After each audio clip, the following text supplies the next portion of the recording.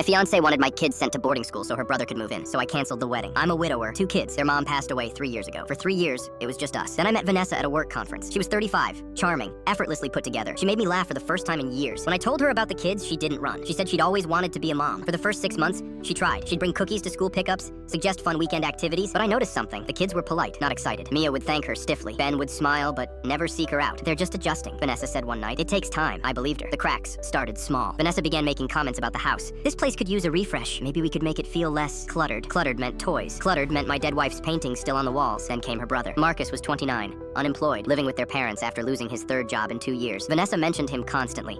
How unfair life had been to him. How he just needed one good break. He's family, she'd say. Family helps family. I agreed. I just didn't realize what kind of help she had in mind. 8 months into dating, I proposed. Small moment, big feelings. She said yes. We set a date for the following summer. That's when the suggestions started. You know, Vanessa said one evening, scrolling through her phone, I've been looking at some really amazing boarding schools. I looked up from helping Ben with math homework. For what? For the kids. She said it like it was obvious. There are incredible programs. They'd get top-tier education, make connections, learn independence. Ben's pencil stopped moving. They're 10 and 12. I said slowly. They're not going anywhere. Vanessa sighed like I was being difficult. I'm not saying now, but after the wedding, we should consider it. This house is going to feel cramped with all of us here. All of us? Marcus needs a fresh start. He could take the spare room, just temporarily. I felt something cold settle in my chest. The spare room is where the kids do homework, where they build forts. That's their space. They'd have dorm rooms at school, she said brightly, with friends their own age. Ben looked at me. I could see the question in his eyes. Are you going to let this happen? We're not doing that, I said firmly. Vanessa's smile tightened. We'll talk about it later. Over the next few weeks, she started casually mentioning boarding schools to the kids. Mia came to me one night, confused. Dad, Vanessa said some kids get to live at school full-time. She said it's like an adventure. You're not going anywhere, sweetheart. But Vanessa wouldn't drop it. She started framing it as a gift. They'd thank you later. You're holding them back. Don't you want what's best for them? Then Marcus showed up unannounced. I came home from work one Tuesday to find him sitting on my couch, eating my snacks, playing my Xbox. Vanessa was in the kitchen like this was normal. What's he doing here? He just needed a place to crash for a few days, Vanessa said. His lease fell through. Marcus didn't even look up. Thanks for the hospitality, man. I looked at Vanessa. We talked about this. It's temporary, she insisted. Marcus stayed 4 days. On day 5, I told him he needed to leave. He rolled his eyes, muttered something about me being uptight, and left. That night, Vanessa and I fought. You humiliated him, she snapped. He was taking over my house. Your house? Her voice went sharp. I thought this was going to be our house. It is, but not for Marcus. She crossed her arms. If you really loved me, you'd make this work. By sending my kids away? By being flexible. 2 weeks before the wedding, Vanessa sat me down. She'd made tea,